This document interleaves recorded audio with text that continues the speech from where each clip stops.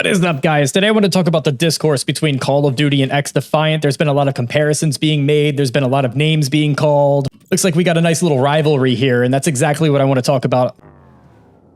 I just got in this game, and it ended in a draw. Apparently, I got 8 sniper rifle kills. That's pretty nice. But first and foremost, guys, if you like all games like I do, I like all games. I'm going to be playing Elden Ring DLC. I'll probably hop into Hellblade 2. There's lots of other games that I like outside of FPS games, but I just wanted to shed some light into XDefiant versus Call of Duty. So if you guys are into all games, definitely like and subscribe to the channel. I give a lot of hot takes, some industry news, and I also talk to you guys directly with my shorts. So if you've got a hot take, definitely drop it in the comments, and I might end up responding to you with a short. It's a nice little system I got going on right now. I've really been enjoying it. On to the big dispute. There's an elephant in the room. I'm just going to squash it right now. Guys, this game is not going to kill Call of Duty. You know how I know this? Because Call of Duty has been trying to kill Call of Duty for years now, and they haven't been successful. If you're a fan of Call of Duty, you're probably not going to like this video. I'll just tell you straight up right now. I don't like Call of Duty. I don't like the business. I don't like the games. I just don't like COD. That whole Kendrick Lamar diss. I wasn't always like this, though. I wasn't always like this.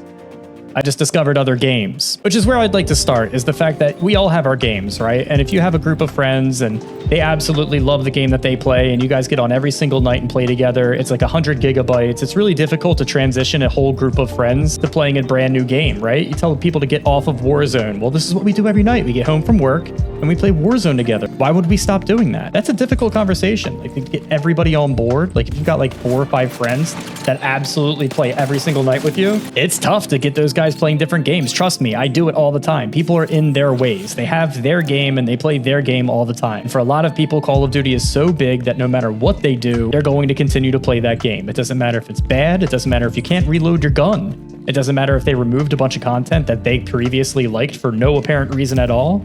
Doesn't matter, because Call of Duty is too big to fail. Which brings me into the whole business analytics of this whole thing, right? Call of Duty is not going to die because of XDefiant. It's just XDefiant is going to coexist in the space with them and hopefully give them a little bit of competition. A lot of these Call of Duty folks love to just like talk about the golden era.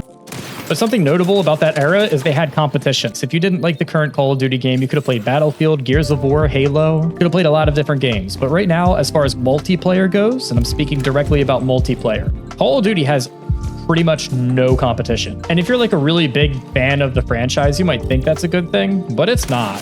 Call of Duty sucks because they have no pressure. They can make any decision that they want to, like what they did with Modern Warfare 2. They took the slide cancel away, they took movement away, they took the quick mantle away, they took reload canceling away, they took red dot blips, they removed dead silence, no map voting, skill-based matchmaking, super strong. You had no ranked mode at the launch. Guys, I could go on for days about how that game absolutely peeled Call of Duty back several years. But they could get away with that because Battlefield sucked. Halo Infinite is failing as a live service game because they made some really bad decisions themselves. And now here we are, Call of Duty's monopolized into the point where you can become their guinea pigs. And like across the board for any business, that's never a good thing. For example, American sports cars. You have Camaros, Challengers, and Mustangs. You know, those guys compete with each other. Well, mine's lighter, mine's faster, mine has more horsepower, mine has more torque, mine's more reliable. That's kind of what you want in the gaming space. It might be a bad analogy, I don't know. You don't want one product that just completely controls everything.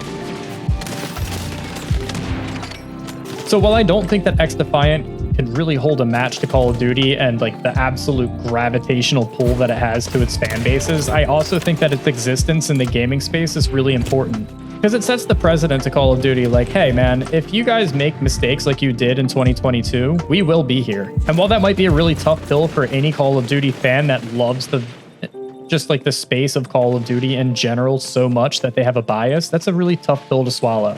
And I think this game is far from perfect. And if I'm being perfectly honest with you guys, I don't know how much longer it's going to last if this game doesn't fix like some major issues with like hit reg and major issues with ping. But I also think that one of the reasons why COD is so prevalent in the multiplayer space is because 6v6 multiplayer games that are crossplay ones, like the platformers, not the CSGO, not the Valorant, but like the games that are more accessible to everybody. I think that these 6v6 games are just like, they're becoming a dying breed.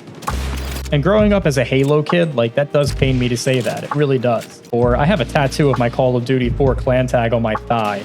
I no joke loved that game. But unfortunately, I just feel like the space for 6v6 FPS games are just like, it's becoming a rare space. You have to be an absolute anomaly in order to do this. And I feel like this game almost kind of marries Call of Duty and Rogue Company a little well.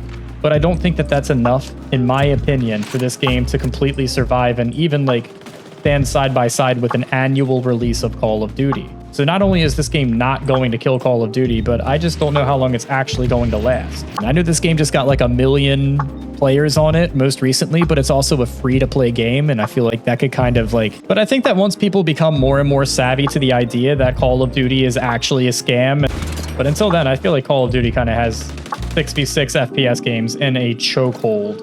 I mean, a lot of people even mentioned that they want Titanfall to come back, and I think that Titanfall would be like a unique enough game to make 6v6 or whatever come back to like some degree. I really do. I feel like that game would have a lot of gravitational pull because Apex is so strong. People love Apex. That was nasty, dude. What kind of tap strafe was that, speaking of Apex? New kill leader appointed. Listen. Ooh, baby. Who wants another one of those? Who wants another one of those? You want another one of those? Come over here. Come here, I'll show you something. Come here, I'll show you something. I'll show you something. Well, let me know what you guys think about the subject. I just genuinely think that a lot of people find their comfort zones. They stick to them. I think that this game has a lot of potential, but I don't know if it has enough potential to pull people out of their comfort zones. I don't know if it's going to be one of those games that... And like I said, guys, I talk about a lot of different games. I don't just talk about FPS games or Call of Duty. My usual motto is just taking a look at industry news, looking at DLC for other games, looking at how their business is going, sometimes looking into new games, leaks, all of that stuff. Sometimes reviewing games that I have played, and I probably will be doing an actual review for XDefiant once I put more hours into it. But I'm looking very much forward to DLC for Elden Ring. I'm looking very much forward to playing games like Little Nightmares 3 and smaller games that pop up out of nowhere. So if you're into that type of stuff and you're like just gaming in general and you're not just like stand into one little corner, or if you're just interested in other games and you are stand into one little corner, definitely check out my channel, guys.